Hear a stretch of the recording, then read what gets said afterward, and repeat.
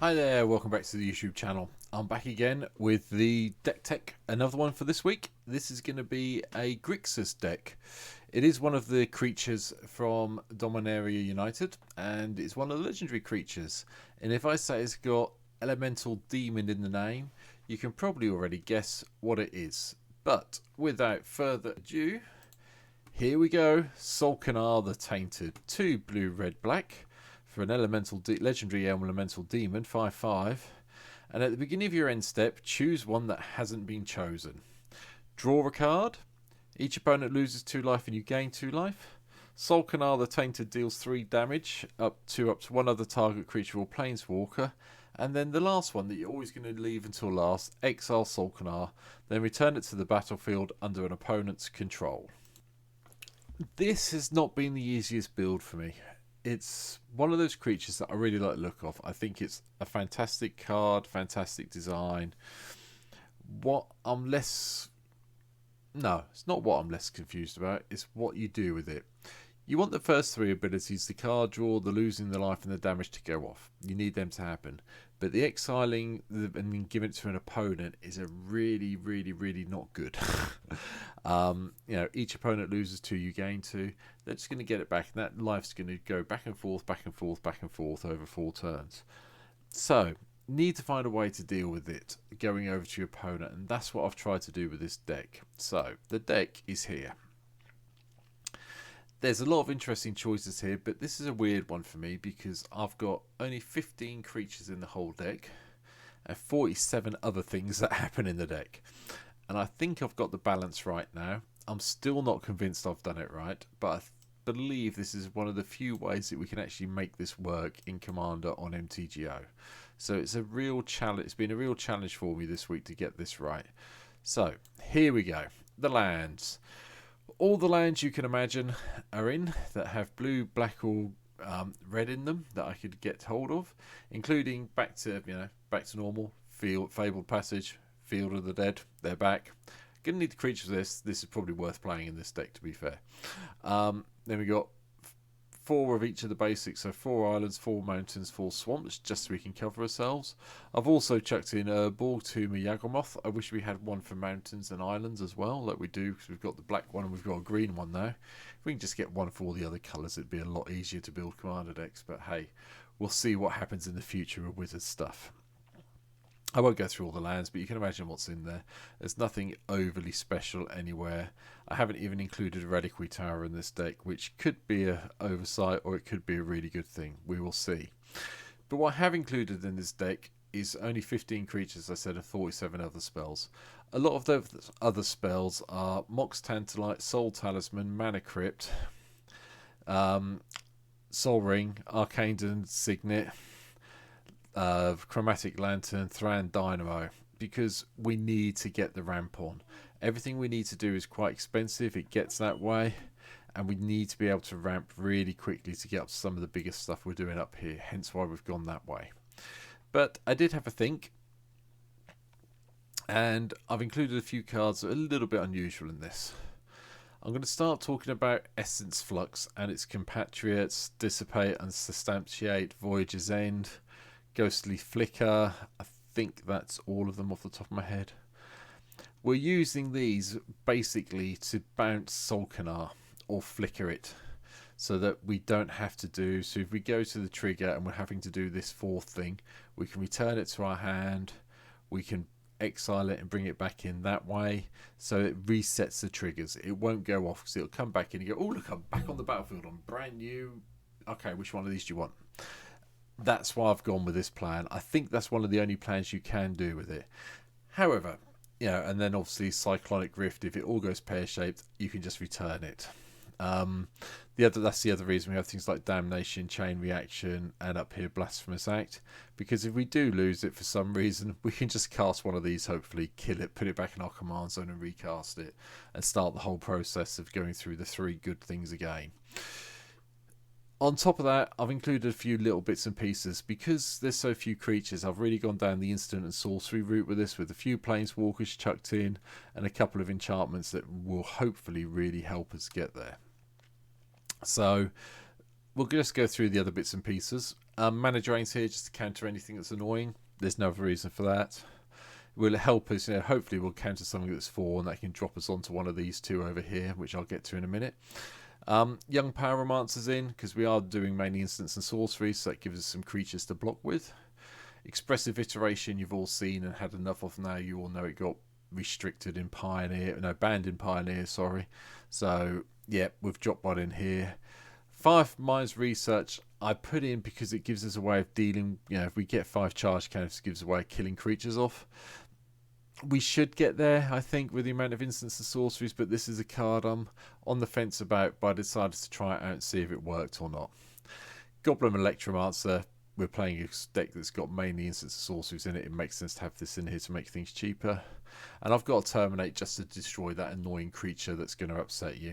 Shell Dread springs to mind, or something that isn't indestructible. Yep.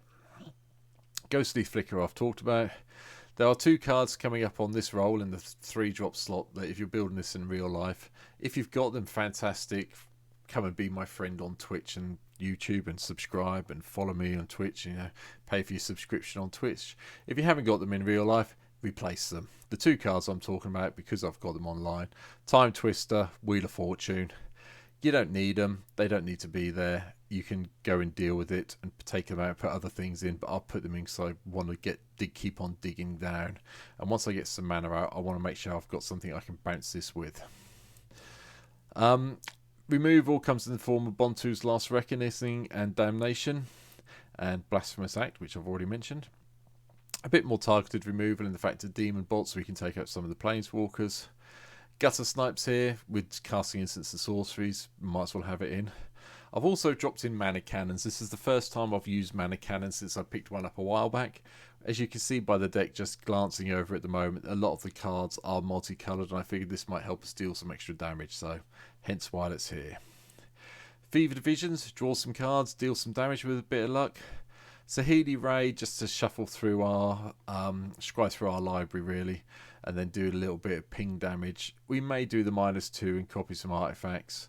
But we don't really need to because it's only for 1 turn and then he disappears, so I'll sooner do the +1/+1/+1 and then hopefully hit the -7 and get the rest of the artifacts out we need. Likewise, Theatre of Horrors is here. You can play it, we can ping an opponent and then play the card with a bit of luck, which is lovely, but it just gets rid of the top card of our library. Again, it's a card I'm on the fence about. I'm not sure at the moment. That may well disappear very quickly from the deck, but at the moment I'm going to try it and see if it happens. Corpse Appraiser's in, just so we've got another creature that's quite a nice body. Likewise, the Spectre's in, just so we can get people to discard stuff and maybe hit someone to unearth it and hit them for 3 when they're least expecting it. Chromatic Lantern I've talked about, along with Thran Dynamo. Over here in the 4-drops, Murmuring Mystic, Talorand, just so when we get the cast the instance sorceries we get a little bit of benefit. Damnation, Chain Reaction I've talked about, along with Bontu's Reckoning. Maniform Hellkite, I decided this may be the best deck I've built yet for it. With the amount of instants and sorceries and non-creature spells going on in this deck, we're always going to be getting those nice XX dragons, I hope, with flying and haste, so we get some damage in. Tezzeret's in just to give us a little bit of mana ramp. It also does help with the -X when we get a few of the artifacts in play. And when you actually look at what we've got in play, including Amulet of Vigour, so things come into play untapped, that's mainly to support the lands, by the way. I should have said that earlier. We're going to be hopefully doing -2/-2 and killing some of the bigger stuff off. Prosper's in because it gives us treasure tokens, which helps with the -2 on here. And it also means we can get through our library a little bit quicker and play those cards out. Cormelia, Glamour Thieves in to help us cast all the instants and sorceries, and when it dies we can return 1 instant or sorcery up into our hand, and we'll come to the ones we want to be returning in a minute.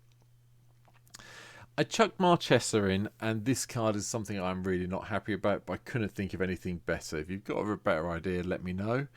But it does kind of help us with our creatures that may be dying, so I don't know, still not convinced. What I have included, though, what I am convinced about is Ether Flux Reservoir, where the amount of instants and sorceries we'll hopefully be casting of all the mana we'll be producing.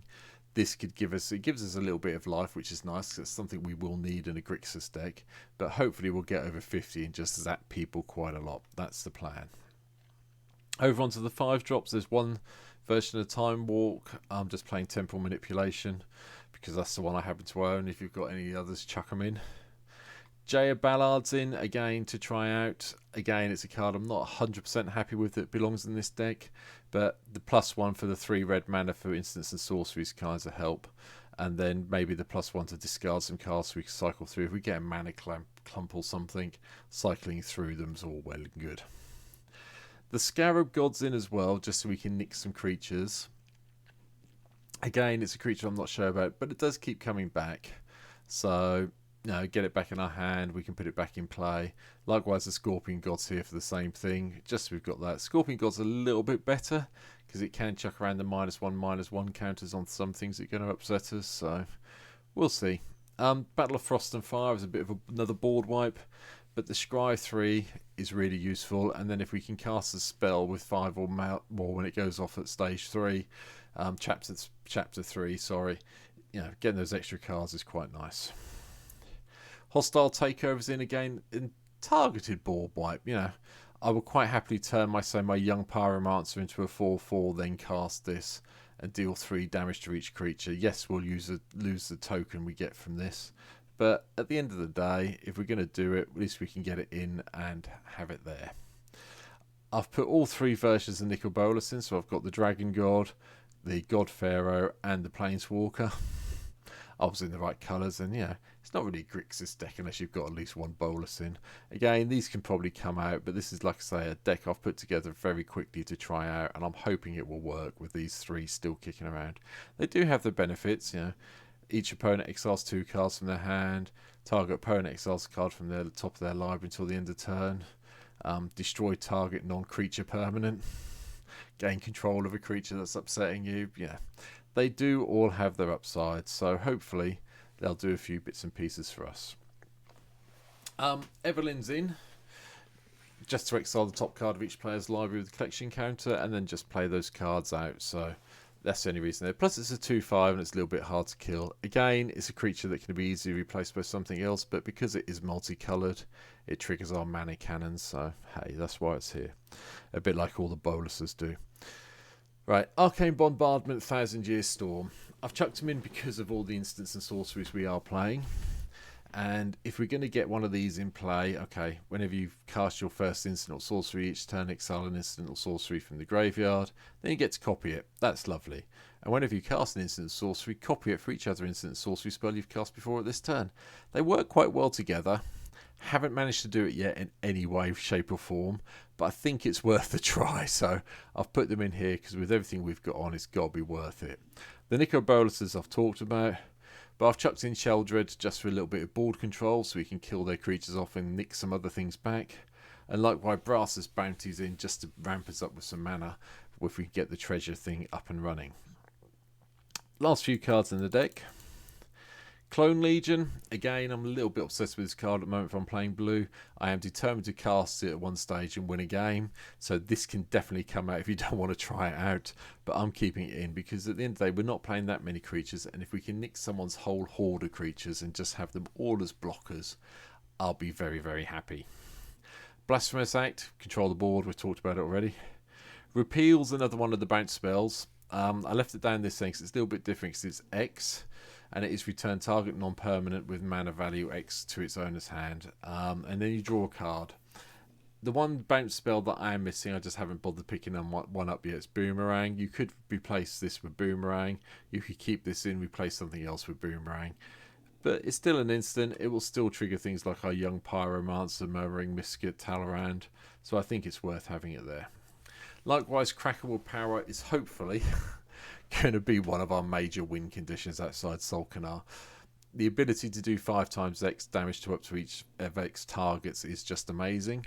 So hopefully you can get sort of like 11 mana in play and just hit all your opponents for 15 maybe. But it's a complicated way of doing things, but I think it's really worth trying out and doing. The final card in the deck is Commit to Memory. It's really in here for the aftermath effect, to shuffle our hand and graveyard into our libraries and then draw 7 cards instead of using Elixir of Immortality. This deck could probably use Elixir of Immortality, but I'm trying to get away from it because I seem to have it in every single deck I play. You know, you could replace the Sensei's Divining Top with the Elixir if you want to, just so you know. But then you lose the manipulation, and having the manipulation with Sensei's is actually quite useful in this deck from my point of view. So that's why we're doing it. So that's it. That's my take on Solkanar. I hope you enjoyed this little video this afternoon or this evening or whenever you're watching this. If you think I've missed anything major, please let me know down below in the comments. I'm still trying to get my numbers up, so if you aren't subscribed to my channel, please subscribe. Hit the little subscribe button here on YouTube. I'm at 53 as I record this. I'd really like to try and get up to 100 as soon as possible. And you know, if you can hit the like button as well, I'd appreciate it as well. It helps with the YouTube algorithms. You gotta love them. Beyond all that, the other thing I'd really like you to do, if you can, is come and follow me over on Twitch. The link's down below if you just have a look in the description of the video. I'm trying to get up to 150 followers. I'm sitting at 110 again as I record this. And I have got a couple of new subscribers, so if Demented Wombat or Fettle Gaming are watching this, thank you for subscribing and thank you for following me. This video isn't in your honour because I don't think any of you are tainted, but I do appreciate you coming and doing it. I'm just giving you a shout out as we're here. So that's it for me. Thanks for watching the video, and I will hopefully see you on stream or see you on, see your comments on YouTube very soon. Thanks for coming and watching this. Take care. See you later. Bye.